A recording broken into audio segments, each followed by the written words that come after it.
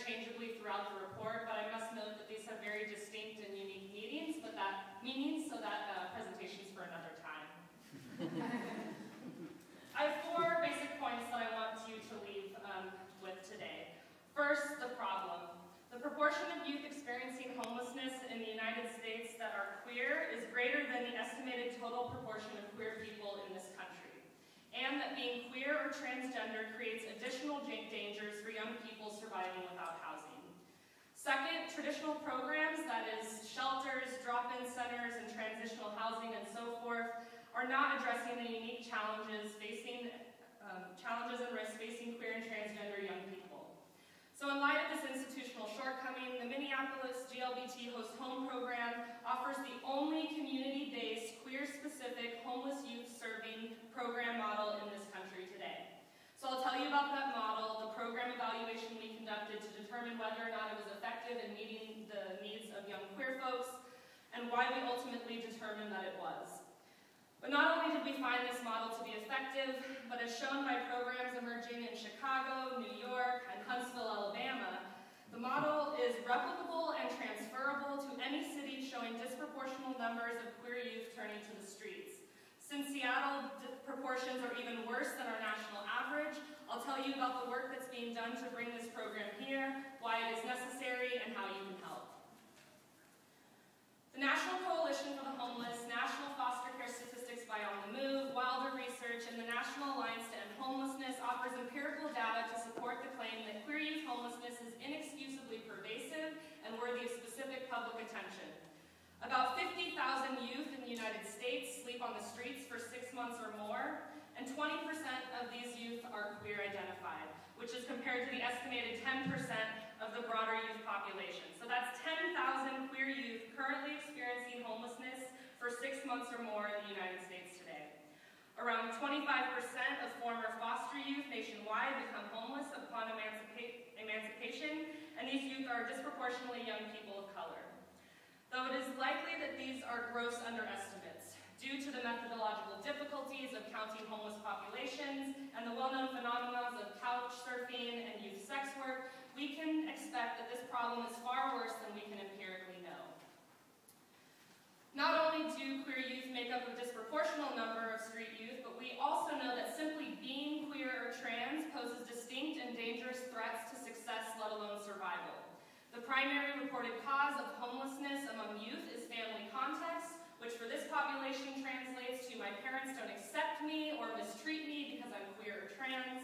97% of high school students report hearing homophobic remarks regularly from their peers, and 84.5% of LGBT students report that their teachers never or rarely respond to these remarks. So imagine the hostile daily environment that this creates for a young person trying to succeed in school. Queer youth are twice as likely to experience sexual abuse before the age of 12, and after turning to the streets, queer youth are at greater risk of mental health problems, sexual victimization, and suicide. Furthermore, violence and untrained staff at traditional homeless youth shelters typically lead queer youth to feel safer on the streets than in these hostile and under-supported environments. Shelter policies that force trans women to room with men, for example, force these women to endure verbal, physical, and sexual harassment in exchange for shelter. So I conclude that traditional youth services that are already struggling to remain open do not adequately serve this unique subset of the population, therefore justifying LGBTQ+ specific youth homelessness programming. So this is one causal series of the Minneapolis GLBT Host Home Program's theory of change as it relates to the conclusion I just made. If traditional shelters and programs for young people experiencing homelessness are not serving queer youth, the logical activity is to recruit stable, LGBTQ, and straight allied housed adults to offer direct support to these youth. Because they are building in community support networks, we can predict that youth sexual and gender identities will not only be accepted, but celebrated.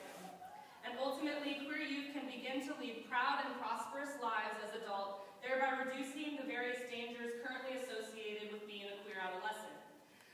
So by relying on the financial and personal support of stable and housed volunteer hosts, this approach believes that community solidarity, that is, queer adults regarding displaced queer youth as our family, and therefore our responsibility to show support, that this is the most effective long-term approach to queer youth success and empowerment.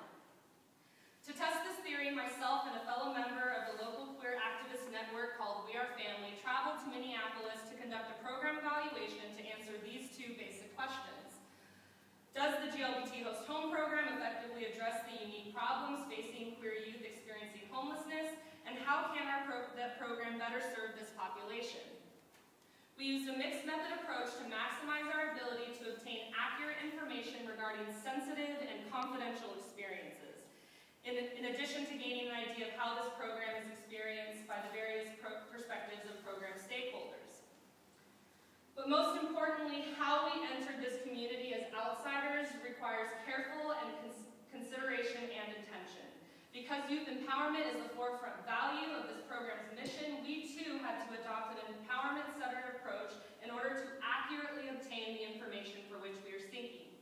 So by paying attention to the various investments of key stakeholders, utilizing the trust of a key insider to facilitate buy-in from participants who are justifiably protective of their experiences and community, centering direct benefit to the local community as a primary purpose of the evaluation, and intentionally interrupting research legacies where outsiders enter marginalized communities and take information without direct and explicit benefit to the community being researched.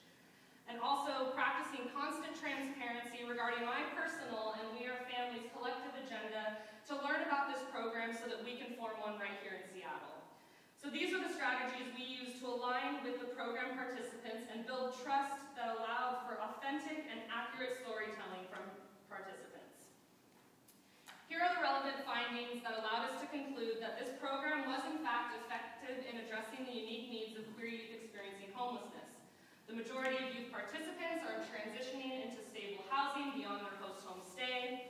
Youth are obtaining greater access to resources such as education, healthcare, employment, and mental health benefits than before host home.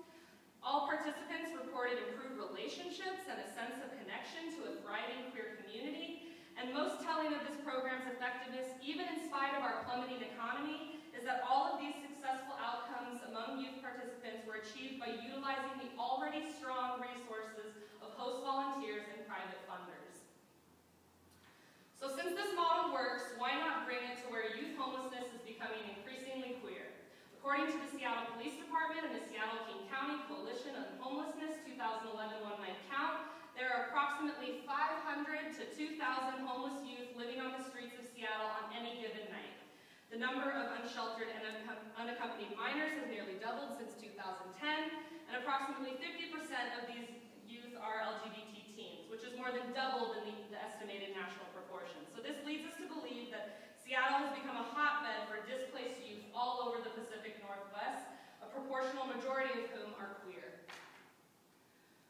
Because local agency resources are severely limited, institutions have not been empowered to commit to addressing this problem. In the absence of government and institutional support, grassroots organizers are currently collaborating to promote awareness for this program model in order to build capacity for this program to thrive in our city. So if you are a queer, a straight ally, or connected to a youth-serving or queer empowerment-centered organization and are interested in joining groundbreaking local efforts to eliminate queer youth homelessness, please come talk to me today about how you can support this effort. This problem is urgent and the work is happening right now. So I conclude by highlighting the implications of this research on public affairs and policy. Homelessness is rising while funding for social services and preventative programming continues to face severe financial cuts. Our nation's foster system is practically a direct pipeline to homelessness, calling necessary attention to intersections of race, class, age, ability, sexuality, and gender identity, and how all these create additional barriers for young people trying to survive. Reductions to our public social safety net prevent foster care and homeless serving institutions from developing further competencies to meet unique needs of communities that face additional barriers to success and survival. So based on the findings of this evaluation, the GLBT Host Home program shows to be an effective approach to addressing the increased